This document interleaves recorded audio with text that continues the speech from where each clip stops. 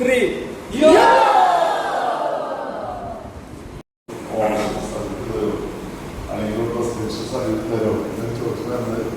മകളുടെ കല്യാണം കുറച്ച് പൈസ കിട്ടാൻ വേണ്ടിയിട്ട് ബാങ്കിലേക്ക് പോകുന്ന സമയത്ത് അപ്പോഴാണ് ഓണർഷിപ്പ് സർട്ടിഫിക്കറ്റ് ആവശ്യം.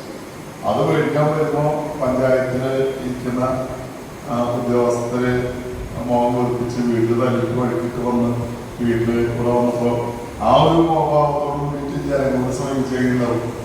അപ്പോൾ പഞ്ചായത്ത് ജോലി അതുപോലെ വില്ലേജ് ഓഫീസ് ജോലി എന്ന് പറയുന്നത് ജനങ്ങളെ നമ്മൾ മുഖാമുഖം കാണാൻ അവരെ നേരിടുന്ന പ്രശ്നങ്ങൾ പറയാനും അതിന് പരിഹാരം കണ്ടെത്തുന്നതിനും വേണ്ടി വരുന്ന സ്ഥലമാണ് ഈ പഞ്ചായത്തും വില്ലേജ് ഓഫീസൊക്കെ. ഇവരുടെയൊക്കെ ഓഫീസുകളൊക്കെ കുറെ കൂടി മറ്റൊരു രൂപത്തിലാണ് വരുന്നത്. അവിടെ ഫോറസ്റ്റിലേക്ക് ആളുകൾ വർക്ക് അത് ചെറുതിൻ്റെകളും ദുരന്തമുഖത്തോട് വരും. ഒരു ആന അടഞ്ഞു, അല്ലെങ്കിൽ ആന മനുഷ്യരെ കൊന്നു, അല്ലെങ്കിൽ അങ്ങനെയുള്ള ഉപദ്രവം, അല്ലെങ്കിൽ കാട്ടുപന്നി ഒടുങ്ങിയിട്ട് നിരവധി വന്യ മൃഗങ്ങളുടെ ഉപദ്രവത്തിൽ പേടിച്ചിട്ട് വരുന്ന ആളുകൾ കുറെ ചെയ്യുന്നു. പിന്നെ കുറെ കള്ളന്മാർ, കുറെ ആളുകൾ മരം വെട്ടി കൊണ്ടുപോകുന്നവരില്ലേ, ചന്ദനം തേക്കും വീട്ടിൽ കള്ളക്കടത്ത് ടീമുകൾ, പിന്നെ വനം കരിക്കുവാനുള്ള നിരവധി ചോളങ്ങളുണ്ട്. പക്ഷെ ഇവിടെ ഇങ്ങനെയാണ്. ഇവിടെ ജനങ്ങളായിട്ട് നേരിട്ട് ബന്ധമാണ്. ഇവിടെ വരുന്ന ഒന്ന് പറയും, ഞങ്ങൾക്ക് കേൾക്കണമെന്നുണ്ട്.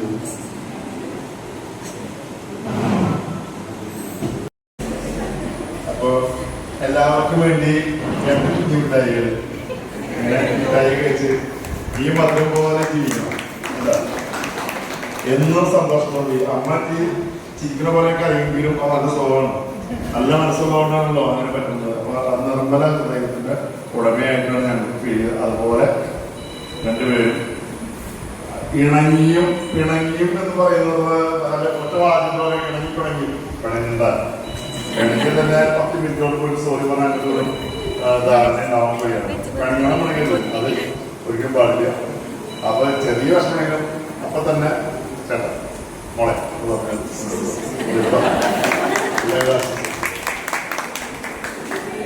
ശരി. അപ്പൊ നമുക്ക് ഗായത്രി, അവർ രണ്ടുപേരും ഇയാളുടെ പോയിട്ട് പെട്ടെന്ന് വരും എന്നുള്ളതുകൊണ്ട് കുറച്ച് നേരത്തെ സംസാരിച്ച് നിന്ന് നോക്കി. പക്ഷെ നിങ്ങൾ നമുക്ക് നേരം വൈകി. അപ്പൊ എന്നാ കല്യാണം 28-ആം തീയതി. അപ്പൊ വധു വരന്മാർക്ക് ആളൂർ പഞ്ചായത്തിലെ മുഴുവൻ ജനപ്രതിനിധികളുടെയും ഉദ്യോഗസ്ഥർ മുഴുവൻ പേരുടെയും പേരിൽ ഊഷ്മളമായിട്ടുള്ള ആശംസകൾ നേരുകയാണ്.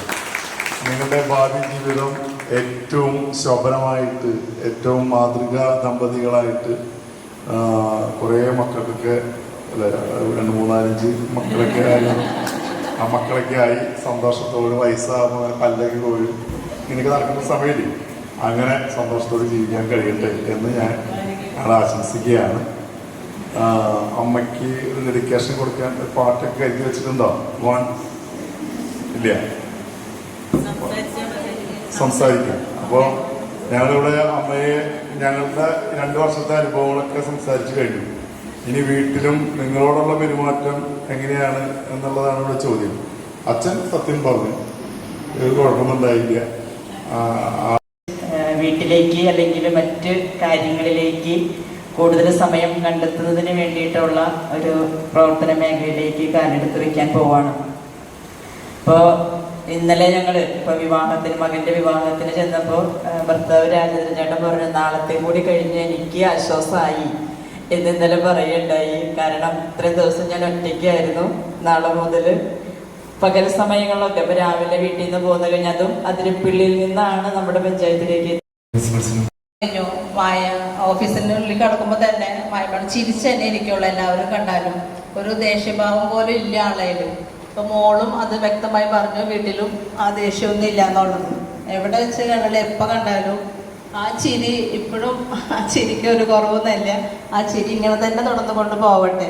തുടർന്നുള്ള ഇപ്പൊ 2 വർഷമാണ് നമ്മുടെ പഞ്ചായത്തിലുണ്ടായെങ്കിലും നമ്മൾക്കത് കുറേ വർഷം നമ്മൾ മായമഠത്തിന് കൂടെ ജോലി ഇവിടെ ഉണ്ടായി എന്നൊരു തോന്നൽ നമുക്ക് തോന്നുന്നുണ്ട്. എന്ന് വെച്ചാൽ എപ്പോൾ കാണുമ്പോഴത്തുള്ള ചിരി തന്നെയാണ് ഉണ്ടായതിന് കാരണം. ഗൗരവമാണെങ്കിൽ നമ്മൾ ആ ആളെ മൈൻഡ് ചെയ്യില്ല, എപ്പോൾ കണ്ടാലും ചിരി. ഏറ്റവും സ്നേഹം നിറഞ്ഞ സ്റ്റാഫ് അംഗങ്ങളെ, മെമ്പർമാരെ, 21 വർഷത്തെ സർവീസിൽ നമ്മളോടൊപ്പം 2 വർഷം നമ്മുടെ അടൂർ പഞ്ചായത്തിൽ സുസ്ഥിരമായ സേവനം തന്നെ നമ്മുടെ പഞ്ചായത്തിൽ ജയസുമായ കാഴ്ചവെച്ചിട്ടുണ്ട്. നമ്മളോടൊപ്പം തന്നെ സൗമ്യമായിട്ട് തന്നെയാണ് അദ്ദേഹം പെരുമാറിയിട്ടുള്ളൂ. എപ്പോഴും നമ്മളോടൊപ്പം ചിരിച്ചുകൊണ്ട് എന്ത് കാര്യം വന്നാലും നല്ല സൗമ്യതയോട് കാര്യങ്ങൾ അറേഞ്ച് ചെയ്യാൻ. എല്ലാവർക്കും നമസ്കാരം. ഇവിടെ എല്ലാവരും വളരെ സവിസ്തരം തന്നെ പ്രതിപാദിച്ചു കഴിഞ്ഞിരിക്കുകയാണ്. ജയസിൻ്റെ പെരുമാറ്റം, അതായത് ആ പുഞ്ചിരിക്കുന്ന മുഖം തന്നെയാണ് എപ്പോഴും അതിൻ്റെ ഹൈലൈറ്റ് ആയിട്ടിരിക്കുന്നത്. നമ്മളിപ്പോൾ 2 ചീത്ത പറയണം എന്ന് കരുതിയിട്ട് വരുന്നൊരു വിഷയവുമായി ബന്ധപ്പെട്ട് വരുമ്പോൾ പോലും അത് മകൾ കൃഷ്ണപ്രിയ, പിന്നെ എൻ്റെ പ്രിയപ്പെട്ട സഹപ്രവർത്തകർ, മറ്റ് ജനപ്രതിനിധികൾ, പിന്നെ പാലക്കാട് നിന്ന് മായരൊപ്പം വർക്ക് ചെയ്തിരുന്ന 2 പേരെ എത്തിയിട്ടുണ്ട്. അവർക്ക് പ്രത്യേക സ്വാഗതം. എന്തായാലും റിട്ടയർമെൻ്റ് എന്ന് പറയുമ്പോൾ നമുക്ക് പഞ്ചായത്തിനൊക്കെ ആകുമ്പോൾ ഒരു വലിയ വിഷമം സന്തോഷം എല്ലാം കൂടി ഇടകലർന്നതാണ്. എന്ന് വെച്ചാൽ മറ്റുള്ള ഒരു ഡിപ്പാർട്ട്മെൻറ്റ് മാതിരിയെല്ലാം പഞ്ചായത്ത് സംവിധാനം വേറൊരു ഓഫീസുകളിൽ ഉള്ള മാതിരി ജനങ്ങളായിട്ടുള്ള ഇടപെടലുകൾ മറ്റുള്ള ഓഫീസുകളിൽ കുറവായിരിക്കും. പിന്നെ ജനപ്രതിനിധികളിൽ നിന്നുള്ളൊരു വിങ് ഇവിടെ ഉണ്ടാവും പഞ്ചായത്തുകളിൽ. അപ്പോൾ നമുക്കതുകൊണ്ട് തന്നെ നമുക്ക് നമ്മളുടെ ഒരു പ്രിയപ്പെട്ട കുടുംബം, പിന്നെ മെമ്പർമാർ, ഭരണസമിതി അംഗങ്ങൾ, പിന്നെ നമ്മുടെ ജീവനക്കാർ, പിന്നെ മായമഠത്തിൻ്റെ സ്നേഹം എത്രത്തോളം ഉണ്ടെന്ന് അറിയിച്ചുകൊണ്ട് പഴയ ഓഫീസുകളിൽ നിന്നെത്തിയിട്ടുള്ള ജീവനക്കാർ, നമുക്ക് മായമഠത്തിൻ്റെ പുഞ്ചിരിയെക്കുറിച്ച് പറയുമ്പോഴേ നമ്മൾ ചിരിക്കുന്നവർക്ക് എപ്പോഴും സൗന്ദര്യം ഇങ്ങനെ നിലനിൽക്കുന്ന പറയാം. കാരണം ദേഷ്യപ്പെടുമ്പോൾ വലിഞ്ഞു മുറുകിടുന്ന ഒരു 200ഓളം മസിലുകളാണെങ്കിൽ പുഞ്ചിരിക്കുമ്പോൾ റിലാക്സ് അവിടുത്തെ 80ഓളം മസിലുകളാണെന്ന് പറയാം. അപ്പം അത് എപ്പോഴും നമ്മുടെ സൗന്ദര്യത്തെ ഇങ്ങനെ വർദ്ധിപ്പിച്ചുകൊണ്ടിരിക്കും. അപ്പം കണ്ടാൽ ഒരിക്കലും പ്രായം തോന്നാത്ത നല്ല പുഞ്ചിരിയുള്ള നല്ലോണം പെരുമാറുന്ന, ഒരുപക്ഷെ എന്നേക്കാൾ കൂടുതൽ ഇരിക്കുന്ന എല്ലാവർക്കും മായമഠത്തെ കുറിച്ച് എന്തെങ്കിലും പറയാനുണ്ടാവും. മൈക്കിൻ്റെ മുന്നിൽ വന്ന് സംസാരിക്കാനതില്ലാത്തതുകൊണ്ട് മാത്രം പറയാത്താവും. കാരണം എല്ലാവർക്കും ഒരുപാട് അനുഭവങ്ങൾ, 2 വർഷത്തെ ഞങ്ങളോടൊത്തുള്ള സമയത്ത് ഒരുപാട് അനുഭവങ്ങൾ. പലരും ഞങ്ങൾക്ക് ഉദാഹരണങ്ങളാണ്. നമ്മൾ എങ്ങനെ ആയിത്തീരണം, നല്ലൊരു സൂപ്രണ്ട് എങ്ങനെ ആയിത്തീരണമെന്ന് ഞങ്ങൾക്ക് പ്രവർത്തിച്ചു കാണിച്ചു തന്നത് മായമേടാണ്. മായമേടത്തിൻ്റെ ഫാമിലി, മായമേടത്തിൻ്റെ കൂടെ ജോലി ചെയ്തിരുന്ന മറ്റ് സഹപ്രവർത്തകരെ ഞാൻ അങ്ങനെ ആർക്കും ആശംസ പറയാനൊന്നും എനിക്കാറൊന്നുമില്ല. അപ്പോൾ ഇന്നലെ കുറേ പ്രസിഡന്റിനോട് പാട്ട് പാടാൻ പറഞ്ഞിരുന്നു. പാട്ട് പാടാൻ എനിക്കറിയില്ല. എന്നാലും 2 വാക്ക് എന്ന മായമേടത്തിനെ കുറിച്ച് പറയാമെന്ന് വിചാരിച്ചു. ഞാൻ ഈ പറഞ്ഞ പോലെ ഞാൻ മുനിസിപ്പാലിറ്റിയിലായിരുന്നു. അവിടെ ഒരു 2 സൂപ്രണ്ടുമാരും കൂടെ വർക്ക് ചെയ്തിട്ടുണ്ട്. ഇപ്പോൾ ഇവിടെ വന്ന് മായമേടത്തിൻ്റെ കൂടെയാണ്. ഞാനിപ്പോൾ ഒരു 1-2 വർഷത്തോളം കഷ്ടിയായിട്ടുള്ളൂ ഞാൻ ഇവിടെ എത്തിയിട്ട്. മായമേടും അടുത്ത് തന്നെയാണ് ഇവിടെ വന്നിട്ടുള്ളത്.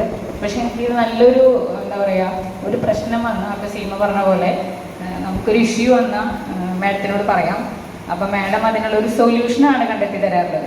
എനിക്ക് തോന്നിയിട്ടുണ്ട് പലപ്പോഴും ആരും കുറ്റപ്പെടുത്തുന്ന രീതിയിലല്ല പറഞ്ഞിട്ടുള്ളത്. അതെന്തിനാ അങ്ങനെ ചെയ്തേ, അതങ്ങനെ ചെയ്ത കാരണമല്ല ഇങ്ങനെ വന്നേ. ഇപ്പോൾ നമ്മുടെ വീട്ടിലാണെങ്കിൽ അപ്പോൾ മാഡത്തിന് അതുകൊണ്ട് എനിക്കും ബോധ്യപ്പെട്ടു. പക്ഷേ എനിക്ക് പരിമിതികളുണ്ട്. എനിക്ക് എൻ്റെ മുകളിൽ നിൽക്കുന്ന ഒരാൾ എന്നോട് എന്തെങ്കിലും പറഞ്ഞെങ്കിൽ മാത്രമേ എനിക്ക് ചെയ്യാൻ പറ്റുള്ളൂ. കാരണം ഞാൻ ഏറ്റവും താഴെയുള്ള ഒരാളാണ്. പക്ഷെ മാഡം എന്നോട് പറഞ്ഞു, വിനിത അത് ചെയ്തു കൊടുക്ക്, ഓണർഷിപ്പ് ചെയ്തു കൊടുത്തോ, അത് ചേഞ്ച് ചെയ്യാനുള്ള ഫീസ് ഞാൻ തരാം. മാഡമാണ് ആ പൈസ അടച്ചത്. അവിടെ ഫ്രണ്ട് ഓഫീസിൽ അടച്ച് അയാൾക്ക് ഓണർഷിപ്പ് ചേഞ്ച് ചെയ്ത് കൊടുത്തു. അയാൾ ആ സർട്ടിഫിക്കറ്റ് കൊണ്ട് പോകുമ്പോൾ അത്രയ്ക്ക് മനസ്സ് നിറഞ്ഞിട്ടായിരിക്കും അയാൾ പോയിട്ടുണ്ടാവാൻ എനിക്കറിയാം. അപ്പോൾ അതുപോലെയുള്ളൊരു നല്ലൊരു മനസ്സും കൂടെ മാഡത്തിനുണ്ട്. പുഞ്ചിരിക്കുന്ന ഒരു മുഖം മാത്രമല്ല, അതിൻ്റെ ഉള്ളിൽ നമ്മൾ കാണാതെ കിടക്കുന്ന ഒരുപാട് ക്വാളിറ്റീസ് ഉള്ള ഒരു ആളാണ്. അപ്പോൾ എനിക്ക് സന്തോഷമുണ്ട്. എനിക്ക് പേഴ്സണലി ആണെങ്കിലും കുറച്ച് കാര്യങ്ങളൊക്കെ ഉണ്ടായപ്പോഴൊക്കെ, അല്ലെങ്കിൽ ഓഫീസ് സംബന്ധമായിട്ടുള്ള കുറച്ച് പ്രശ്നങ്ങളൊക്കെ ഉണ്ടായപ്പോഴും എപ്പോഴും കൂടെ നിന്ന് അതിങ്ങനെ ചെയ്യാൻ വേണ്ടിയതാ, നമുക്കത് ഇന്നോണം ചെയ്തത് ശരിയാക്കി ചെയ്താൽ മതി. നമുക്കൊരു സപ്പോർട്ടായിട്ട്, ഒരു മെൻ്റൽ സപ്പോർട്ടായിട്ട് എപ്പോഴും എനിക്ക് തോന്നുന്നു ഇവിടെയുള്ള ഒരുപാട് പേരുടെ കൂടെ നിന്നിട്ടുണ്ട്. സീമ പറഞ്ഞ പോലെ തന്നെ ഞാൻ പറയുകയാണ്, എല്ലാവരുടെയും മനസ്സിൽ എന്തെങ്കിലുമൊക്കെ മാഡത്തിനെ കുറിച്ച് പറയണമെന്നുണ്ടാവും. പക്ഷേ ഈ പറഞ്ഞ പോലെ എനിക്കൊരു പേടിയുണ്ട്. അപ്പോൾ എല്ലാവരും ഉള്ളിൽ ഇവിടെ വന്ന് നിന്ന് ഇങ്ങനെ പറയും എന്നുള്ളൊരു വിഷമം കൊണ്ട് ഇരിക്കുന്നവരായിരിക്കും എല്ലാവരും. മറ്റൊരു സ്റ്റാഫ് അംഗങ്ങൾ എല്ലാവരും മായമേടത്തെ കുറിച്ച് പറഞ്ഞു കഴിഞ്ഞു. എപ്പോഴും പുഞ്ചിരിച്ചുകൊണ്ട് സന്തോഷത്തോടെ എല്ലാവരെയും നോക്കിക്കാണുന്ന ഒരു വ്യക്തിയാണ്. റിട്ടയർ ചെയ്യുന്നുണ്ടെന്ന് പറഞ്ഞപ്പോൾ എനിക്ക് അത്ഭുതമാണ് തോന്നുന്നത്. റിട്ടയർഡ് ആയിട്ടില്ലാത്ത ഒരു വ്യക്തിത്വ മുഖം റിട്ടയർമെൻ്റ് ഉണ്ടെന്ന് പറഞ്ഞപ്പോൾ ഞാൻ ആദ്യം ഞെട്ടിപ്പോയി. ശരിക്കും ഒട്ടും ആയിട്ടില്ല, ഒരു 10 കൊല്ലവും കൂടെ കഴിഞ്ഞിട്ട് റിട്ടയർ ആയ ഞാൻ. അപ്പോൾ പുഞ്ചിരിച്ചുകൊണ്ടിരിക്കുന്ന ഞങ്ങൾക്കൊക്കെ ഒരു മാതൃകയായ മാഡത്തിന് ഇനിയുള്ള ജീവിതവും സന്തോഷപ്രദത്തോടു കൂടി പോകാൻ ഈശ്വരൻ അനുഗ്രഹിക്കട്ടെ. കുടുംബാംഗങ്ങൾക്കും എല്ലാവർക്കും. അധ്യക്ഷ, മറ്റ് മെമ്പർമാരെ ശബ്ദത്തിൽ ബുദ്ധിമുട്ടാണ് കേട്ടോ ഇന്നലത്തെ പ്രശ്നങ്ങൾ. മെമ്പർമാരെ, ഉദ്യോഗസ്ഥ ഉദ്യോഗസ്ഥ സമൂഹം ഇവിടെ ഇരിക്കുന്നുണ്ടെന്ന് എനിക്കറിയാം. അതായത് പഞ്ചായത്ത് ഡിപ്പാർട്ട്മെൻറ്റുമായി ബന്ധപ്പെട്ടും മറ്റ് ഡിപ്പാർട്ട്മെൻറ്റുകളിൽ നിന്നും വന്നവരും ആയിട്ടുള്ള എല്ലാവരും പാലക്കാട് നിന്ന് ഇന്നും കൂടി ഞാൻ ഇന്നലെ പറഞ്ഞിരുന്നു, ഞാൻ എല്ലാ പഞ്ചായത്തിലും പോയിട്ടുണ്ട്. ഇവിടെ മാത്രമേ നിങ്ങൾ അത്ര ദീർഘമായ ഒരു ദൂരം കവർ ചെയ്ത് ഇവിടെ ഈ റിട്ടയർമെൻറ്റ് പാർട്ടിയിൽ പങ്കെടുക്കാനെത്തിയത് അതിന് ഞങ്ങൾക്ക് അവസരം നൽകിയ നിങ്ങൾ ഓരോരുത്തരോടും വളരെ നന്ദി പറയുന്നു. അതോടൊപ്പം തന്നെ ഒരു കാര്യം പറയാനുള്ളത്, ഞങ്ങളുടെ രാജേന്ദ്രൻ സാറിൻ്റെ കുശുമ്പ് കാരണമാണ് ഞങ്ങൾക്ക് മായാമാടത്തിൻ്റെ സേവനം നഷ്ടമായത്, അത് നിങ്ങൾക്ക് ലഭ്യമായത്. തിരിച്ചിപ്പോൾ നമ്മൾ പൂർണ്ണമായിട്ടും മായാമാടത്തെ രാജേന്ദ്രൻ സാറിന് തിരികെ സമർപ്പിക്കുകയാണ്. അതിൻ്റെ ഒരു സന്തോഷമുണ്ട്. എന്തായാലും പിന്നെ രാജേന്ദ്രൻ സാറിനും കുടുംബത്തിനും അതോടൊപ്പം തന്നെ ഞങ്ങളുടെ പ്രിയപ്പെട്ട മായാമാടത്തിനും എല്ലാവിധ ഭാവങ്ങളും ആശംസകളും നേരുന്നു. ശിഷ്ടകാലം നല്ല രീതിയിലാവട്ടെ എന്ന് പ്രാർത്ഥിക്കുന്നു. എല്ലാവർക്കും നമസ്കാരം. ഞാൻ എത്താൻ കുറച്ച് വൈകി പോയി. അവൻ കുറച്ച് ലേറ്റായിട്ട് തുടങ്ങുമെന്ന് പറഞ്ഞു, അതുകൊണ്ടാണ് ലേറ്റ് ആയി. പിന്നെ അമ്മേനെ കുറിച്ച് നല്ല അഭിപ്രായം പറഞ്ഞു ഞാൻ കേട്ടു. ഇപ്പോൾ അവസാനം പറഞ്ഞത് കേട്ട് വെച്ചിട്ട് അതേ സ്വഭാവം തന്നെയാണ്. ഭയങ്കര സൗമ്യമായിട്ട് തന്നെ പെരുമാറുള്ളൂ. പിന്നെ എന്ത് പറഞ്ഞാലും നമ്മളിപ്പോൾ വെറുതെ തമാശയ്ക്ക് ഒരു കാര്യം പറഞ്ഞാൽ പോലും പെട്ടെന്ന് കരയാനൊരു പ്രകൃതമാണ്. അത് ഞാൻ ഇപ്പോൾ പണ്ട് തൊട്ടേ എനിക്ക് അനുഭവമുള്ള കാര്യമാണ്. നമ്മൾ വെറുതെ തമാശയ്ക്കാണ് ഒരു കാര്യം സംസാരിക്കുന്ന അത് പണ്ട് തൊട്ട് അങ്ങനെ തന്നെയാണ്. അത് നമ്മൾ കുറേ തവണ മാറ്റണമെന്നൊക്കെ പറഞ്ഞെങ്കിലും അമ്മ ശ്രമിച്ചില്ല മാറ്റാനായിട്ട്. അമ്മ പറയുന്ന രീതിയിലേക്ക് നമ്മൾ കുറേ മാറിയിട്ടുണ്ട്, പക്ഷെ അമ്മ മാറ്റാതെ ശ്രമിച്ചിട്ടില്ല. അതെ, എന്തു പറഞ്ഞാലും പെട്ടെന്ന് കരയാം. വളരെ സൗമ്യമായിട്ട് എല്ലാവരോടും ചിരിച്ച് മാത്രം സംസാരിക്കുന്ന ഒരാളാണ്. എൻ്റെ കൂട്ടുകാരാണെങ്കിലും എൻ്റെ കൂട്ടുകാരുടെ പാരൻസ് ആണെങ്കിലും പല പ്രാവശ്യം പറഞ്ഞിട്ടുള്ള കാര്യങ്ങൾ എപ്പോഴും ചിരിച്ച് മാത്രമേ കണ്ടിട്ടുള്ളൂ. പിന്നെ പ്രത്യേകിച്ചൊന്നുമില്ല. താങ്ക്സ്. വേദിയിലിരിക്കുന്ന വിശിഷ്ട വ്യക്തികളെ, ഇവിടെയുള്ള എല്ലാവർക്കും എൻ്റെ നമസ്കാരം ഞാൻ അറിയിക്കുകയാണ്. അപ്പോൾ ഞാൻ അച്ഛനോട് പലതവണ പറഞ്ഞതാണ് പാട്ട് പാടാൻ വേണ്ടി വിളിക്കരുത്. എനിക്ക് പറഞ്ഞ പോലെ ഇവിടെ കുറേ പേര് പറയാൻ സംസാരിക്കാനായിട്ട് മുന്നോട്ട് വരാത്തതിൻ്റെ പ്രശ്നം ടെൻഷനായിരിക്കും. എനിക്ക് ആ സംഭവം ഭയങ്കര കൂടുതലാണ്. പാട്ട് പാടുമ്പോൾ ഭയങ്കര കൂടുതലാണ്. എന്നാലും ഞാൻ ട്രൈ ചെയ്യാം. എന്തെങ്കിലും തെറ്റുകുറ്റങ്ങളുണ്ടെങ്കിൽ പൊറുക്കുക.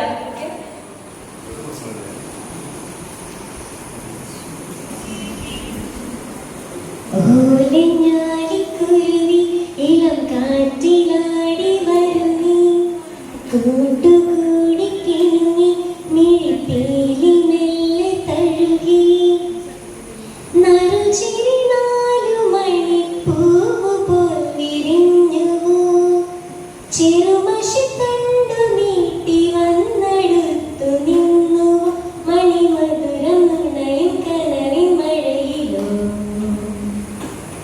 നനയും ഞാനാദ്യമായി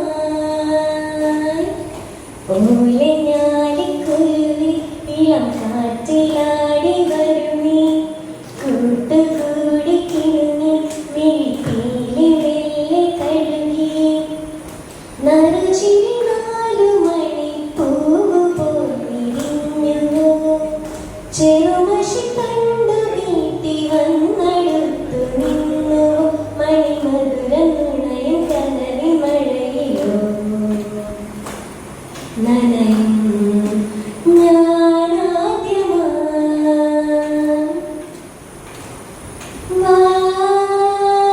ചിറകുമായി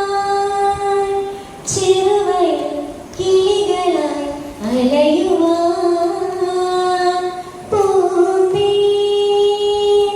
മൊഴികളാൽ കുറുമണി കുയിലുപോൽ കുറുകുവാൻ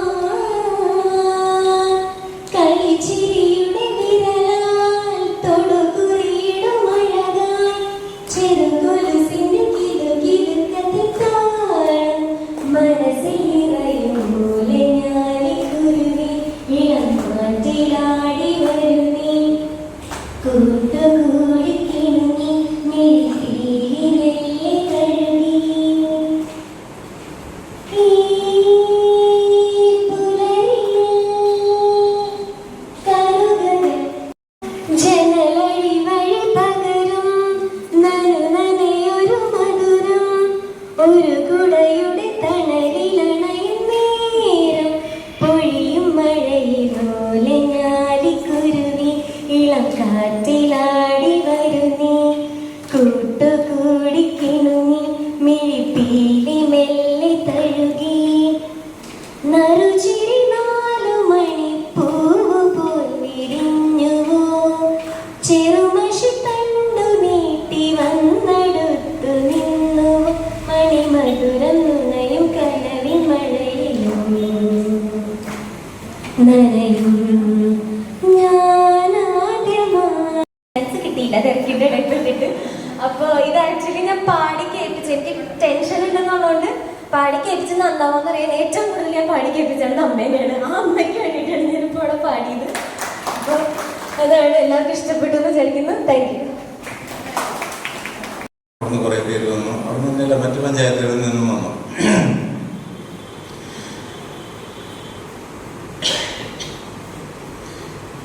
നിങ്ങള് എൻ്റെ വൈഫിനെ കുറിച്ച് പറഞ്ഞ് കേട്ടത് സന്തോഷം ഉണ്ടാക്കുന്ന ഒരു കാര്യം തന്നെയാണ്. വളരെയധികം സന്തോഷം ഉണ്ടാക്കുന്ന ഒരു കാര്യം തന്നെയാണ്. കാരണം ഒരു ഉദ്യോഗസ്ഥ നിലവാരത്തിൽ നിന്നുകൊണ്ട് അല്ലെങ്കിൽ പ്രത്യേകിച്ച് പബ്ലിക്കുമായിട്ട് എപ്പോഴും ഇടപെടേണ്ട ഒരു ജോലി ചെയ്യുമ്പോൾ അത് ടെൻഷൻ ഉണ്ടാക്കാം, ദേഷ്യം ഉണ്ടാക്കാം, സ്നേഹം ഉണ്ടാക്കാം, പല വിധത്തിലുള്ള വികാരങ്ങൾ ഉണ്ടാക്കാം. പക്ഷേ നിങ്ങൾ പറഞ്ഞ ആ കാര്യങ്ങളെല്ലാം വീട്ടിലും അതുപോലെ തന്നെയാണ്. ഞാനായിട്ടൊന്ന് ദേഷ്യപ്പെടുക എന്ന് പറഞ്ഞാൽ ചെറുതായിട്ടൊക്കെ ദേഷ്യപ്പെടുന്നുണ്ട്. ഞങ്ങൾ തമ്മിൽ അങ്ങനെ പ്രശ്നങ്ങൾ ഉണ്ടാകേണ്ട ഒരു അവസരം ഒരിക്കലും ഉണ്ടായിട്ടില്ല. എന്തെങ്കിലും ഒന്ന് ഒച്ചയിൽ പറഞ്ഞു കഴിഞ്ഞാൽ അതും ചിരിച്ചുകൊണ്ട് തന്നെ ഉൾക്കൊള്ളുകയും എന്നാൽ വിഷമിക്കുകയും ചെയ്യും. അങ്ങനത്തെ ഒരു അവസ്ഥയാണ്. അത് ചിരി മാത്രമല്ല, പെട്ടെന്ന് കരയുകയും ചെയ്യും. അതും ഒരു പ്രത്യേകത തന്നെയാണ്. അത് നിങ്ങൾ ശ്രദ്ധിച്ചിട്ടൊന്നും എനിക്കറിയില്ല. പെട്ടെന്ന് കരയും. ആരെങ്കിലും എന്തെങ്കിലും വിധത്തിലുള്ളത് വിഷമിപ്പിക്കുന്ന വിധത്തിൽ ഉണ്ടായാൽ പെട്ടെന്ന് കരയും. അങ്ങനെ ഒരു സ്വഭാവം കൂടിയാണ്. അതായത് വീട്ടിലെങ്ങനെയാണെന്ന് ഈ പറഞ്ഞതൊക്കെ ശരിയാണോ എന്ന് പറയണമെന്ന് പറഞ്ഞുകൊണ്ട് ഞാൻ പറഞ്ഞതാണ്. അതിപ്പോ ഞാനല്ല, എൻ്റെ മക്കളായാൽ പോലും വിഷമിപ്പിക്കുന്ന വിധത്തിലുള്ള ഒരു സമീപനം ഉണ്ടായാൽ മാറി എന്ന് കാര്യം. അങ്ങനെ ഒരു പ്രകൃതമാണ്. എന്തായാലും കുറെ കാലം ഞാനും ജോലിയിൽ നിന്ന് വിരമിച്ചിട്ട് പോകുന്ന ആളാണ്. നിങ്ങൾ പറഞ്ഞ രീതിയിലുള്ള ഒരു സമീപനം ആയിരുന്നില്ല എൻ്റെ. അതെൻ്റെ ജോലിയുടെ പ്രത്യേകത കൂടിയായിരുന്നു. പലപ്പോഴും റാഷായിട്ട് തന്നെ പെരുമാറേണ്ടി വന്നിട്ടുണ്ടെങ്കിലും ഈ പറഞ്ഞ പോലെ റിട്ടയർമെന്റിന്റെ അന്ന് മെയിൽ സ്റ്റാഫ് പോലും കരഞ്ഞുകൊണ്ടാണ് എനിക്ക് യാത്രയൊക്കെ വന്നത്. ഞാൻ അവരെ വഴക്ക് പറയുമായിരുന്നുണ്ടെങ്കിലും ഭയങ്കര സ്നേഹത്തിലായിരുന്നു അവരുടെ ഇടപാടുകൾ. എൻ്റെ കൂടെ ജോലി ചെയ്തവര് അല്പം വികാരതീരമായിപ്പോയി അന്തർഗവൺമെന്റിന്റെ കാര്യത്തിൽ. അങ്ങനെയാണ് ഞാനുമായിട്ടുള്ളത്. പക്ഷെ മായയ്ക്ക് അങ്ങനെ ചെയ്യാൻ പറ്റിയിട്ടുണ്ടാവില്ല. മായ തിരിച്ചുകൊണ്ട് സ്വയം കൊണ്ടുകൊണ്ട് അതുകൊണ്ട് വിട്ടുകളഞ്ഞേക്കും. ഞാൻ കാര്യം പറഞ്ഞിട്ടേ അത് ചെയ്യാവൂ. അങ്ങനെ ഒരു പ്രത്യേകത എനിക്കുണ്ട്. പിന്നെ എന്ത് തന്നെ ആയാലും അതങ്ങ് വിളിച്ച് പറയും. പറഞ്ഞിട്ട് അതിൻ്റെ കാര്യം പറഞ്ഞു കൊടുക്കും. അങ്ങനെയാണ് ഉണ്ടായിട്ടുള്ളത്. അപ്പോൾ സ്വഭാവത്തിൽ വലിയ മാറ്റമൊന്നും വീട്ടിലും ഇല്ല. ഇതേപോലെയൊക്കെ തന്നെയാണ് ഉണ്ടായിട്ടുള്ളത്. അപ്പോൾ ഈ വിധത്തിൽ ഒരു യാത്രയയപ്പ് ചടങ്ങിൽ എല്ലാവരും ഏകസ്വരത്തിൽ എൻ്റെ ഭാര്യയെ കുറിച്ച് ഇത്രയധികം പുകഴ്ത്തി പറയുമ്പോൾ ഞങ്ങളെല്ലാവരും അതിൽ അഭിമാനമുള്ളതാണ്, സന്തോഷമുള്ളതാണ്. നിങ്ങളോട് അതിൻ്റെ കടപ്പാടും പറയണം. കാരണം എന്തെങ്കിലും മുഖസ്തുതി പറയുന്നതല്ല നല്ലത്, കാര്യം തുറന്നു പറയുന്നതാണ് നല്ലത്. അപ്പൊ അങ്ങനെ ഒരു അനുഭവം നിങ്ങൾക്ക് ഉണ്ടായിട്ടില്ല, അല്ലെങ്കിൽ വിഷമിപ്പിക്കുന്ന ഒരവസ്ഥ ഉണ്ടായിട്ടില്ല എന്ന് പറഞ്ഞ് കേൾക്കുമ്പോൾ അത് ഞങ്ങൾക്ക് സന്തോഷം നൽകുന്ന ഒരു കാര്യമാണ്. കുറെ മണിക്ക് ഞാൻ സംസാരിക്കേണ്ട നോക്കിയാൽ പറ്റുന്നില്ല, നല്ല തൊണ്ടുവേദനയുണ്ട്. ഇന്നത്തെ ആ വെള്ളത്തിന്റെ ഇടയിൽ കിടന്ന് ഇങ്ങനെ കുറെ ചില പറഞ്ഞാല് ആൾക്കാർ പറയുമ്പോൾ അതോടൊരു പറയണമെങ്കിൽ ഭയങ്കര ചില പറയുന്ന ഒരവസ്ഥ വന്നുകൊണ്ട് ഭയങ്കര തൊണ്ടുവേദനയുണ്ട്. അപ്പൊ കൂടുതൽ സംസാരിക്കാൻ ഞാൻ ഇഷ്ടപ്പെടുന്നില്ല. നിങ്ങളുടെ ആ നല്ല വാക്കുകൾക്ക് 1000 നന്ദി ഞാൻ നിങ്ങളോട് രേഖപ്പെടുത്തുന്നു, സന്തോഷപൂർവ്വം. എനിക്ക് പകരം എൻ്റെ മോള് നിങ്ങൾക്ക് പാട്ട് പാടിയത്. ഗ്രാമപഞ്ചായത്ത് അംഗങ്ങളെ, ഗ്രാമപഞ്ചായത്തിനെ നയിക്കുന്ന സെക്രട്ടറി, പിന്നെ ഞങ്ങളെ പ്രിയപ്പെട്ട മായ മാഡം, അദ്ദേഹത്തിൻ്റെ ഹസ്ബൻഡ്, മോള്, പിന്നെ എൻ്റെ സഹപ്രവർത്തകരായ ആളൂർ ഗ്രാമപഞ്ചായത്തിലെ ജീവനക്കാർ. ഞാൻ മായ മാഡത്തിൻ്റെ കൂടെ കച്ചമ്പാട്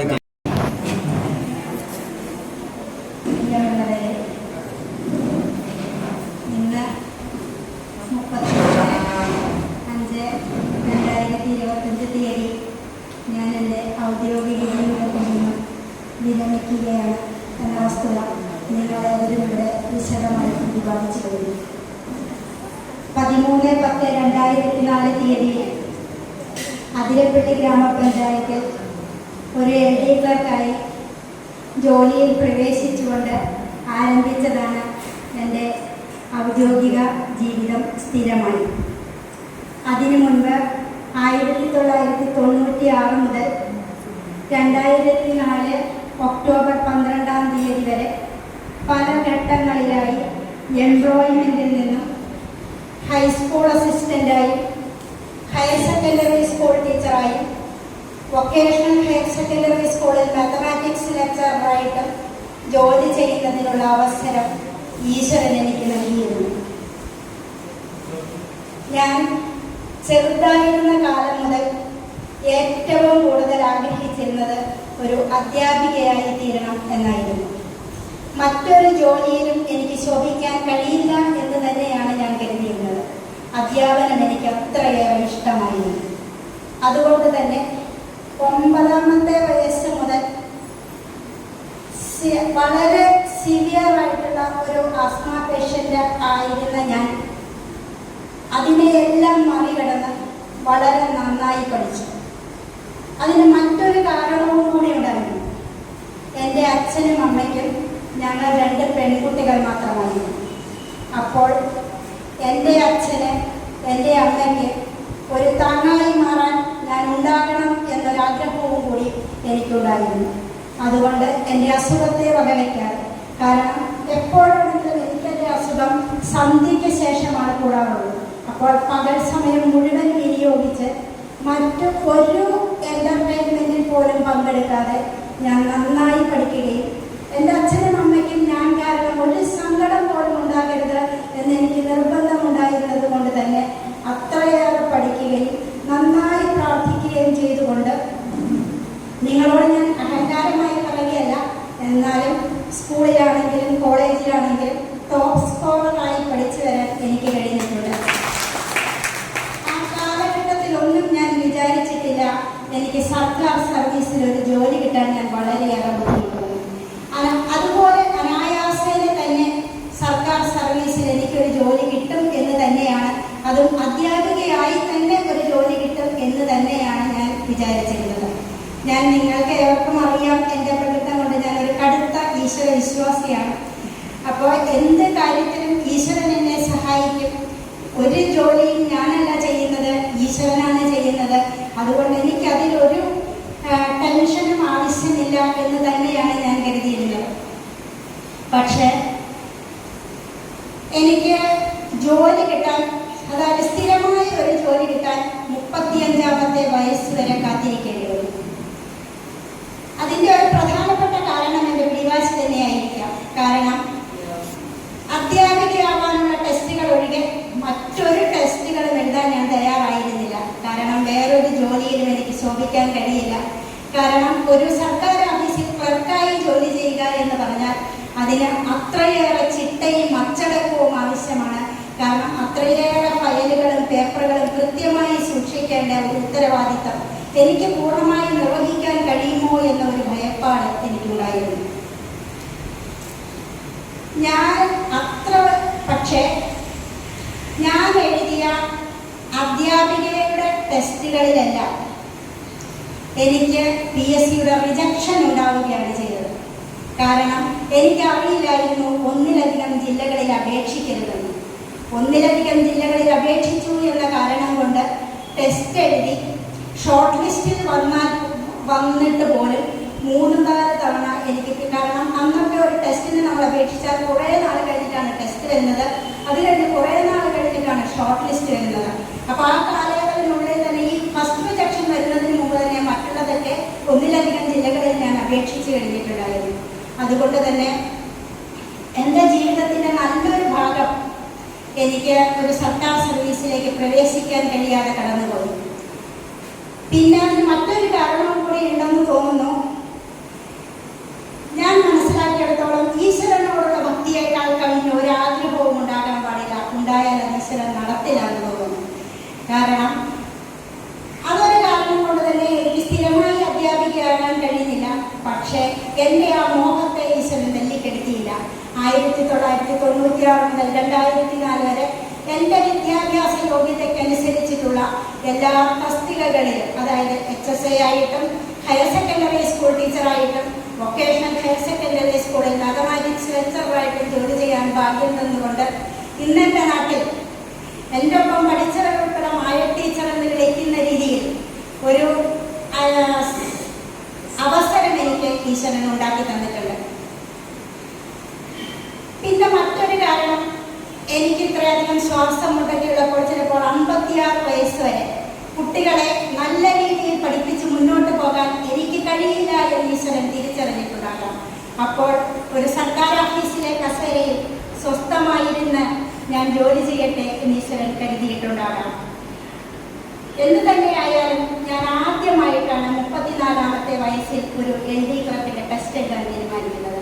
കാരണം OMR ആൻസർ ഷീറ്റ് ഒറ്റ വർഷം കൊണ്ട് റാങ്ക് ലിസ്റ്റ് വരികയും അതുവഴി പെട്ടെന്ന് നിയമനം നടക്കുകയും എന്നൊക്കെ കേട്ടപ്പോൾ ഞാൻ എൻ്റെ അച്ഛനോട് പറയുകയുണ്ടായി, ഞാൻ ആ ടെസ്റ്റ് എഴുതിയേക്കാം എന്നായിരുന്നു. അപ്പോൾ അച്ഛൻ ആ എഴുതിക്കോളൂ എന്ന് പറഞ്ഞപ്പോൾ അവിടെ ഒരു ആത്മവിശ്വാസക്കുറവുണ്ടായിരുന്നു. അതിൻ്റെ കാരണം ഞാൻ അങ്ങനെ പൊതുവായ പുസ്തകങ്ങളൊക്കെ അങ്ങനെ ധാരാളം വായിക്കുന്ന ഒരാളൊന്നുമല്ല. പത്രം പോലും സത്യം പറഞ്ഞാൽ വല്ലപ്പോഴും ഞാൻ വായിക്കാറുണ്ട്. അപ്പോൾ അതുകൊണ്ട് പൊതുവിജ്ഞാനത്തിൽ ഞാൻ പിന്നിലാണോ എന്നൊരു സംശയം കൊണ്ടായിരിക്കാം എഴുതിക്കോളൂ എന്ന് പറഞ്ഞു. പക്ഷേ ഈശ്വര നിശ്ചയം മറിച്ചായിരുന്നു. ഈശ്വര നിശ്ചയം, അതായത് സ്വന്തമായൊരു റാങ്ക് ഫയൽ പോലും എനിക്കില്ലാതിരുന്നിട്ട് ആ LD ക്ലർക്കിൻ്റെ ടെസ്റ്റിൽ 116ാമത്തെ നമ്പറായി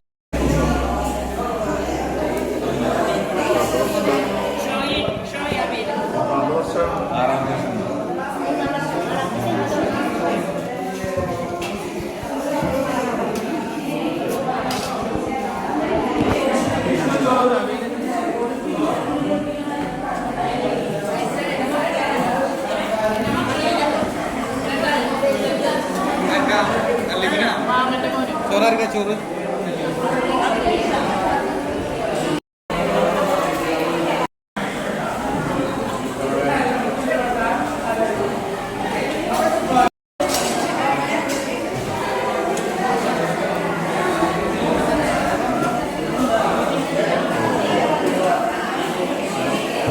പൈസ ഇരിക്കി കഴിക്കി.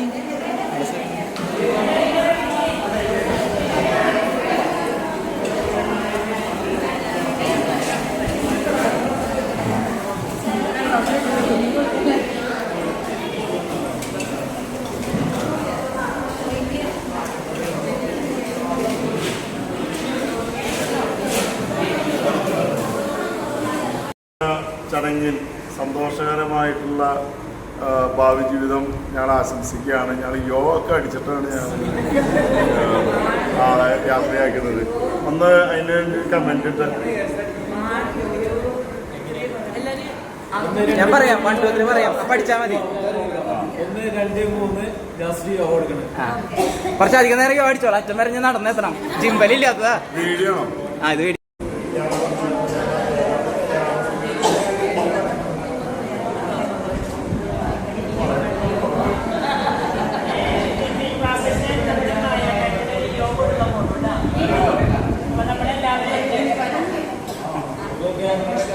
ഒരു മിനിറ്റ് ആ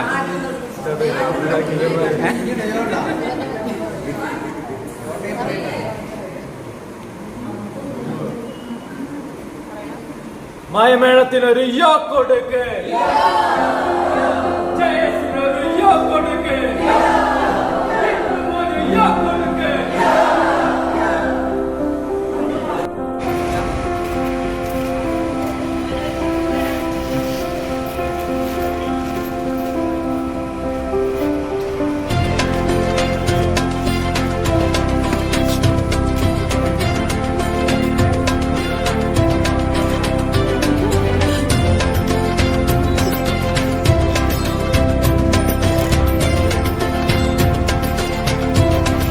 ഇടാൻ വേണ്ടി വരാൻ ചേക്കറാ.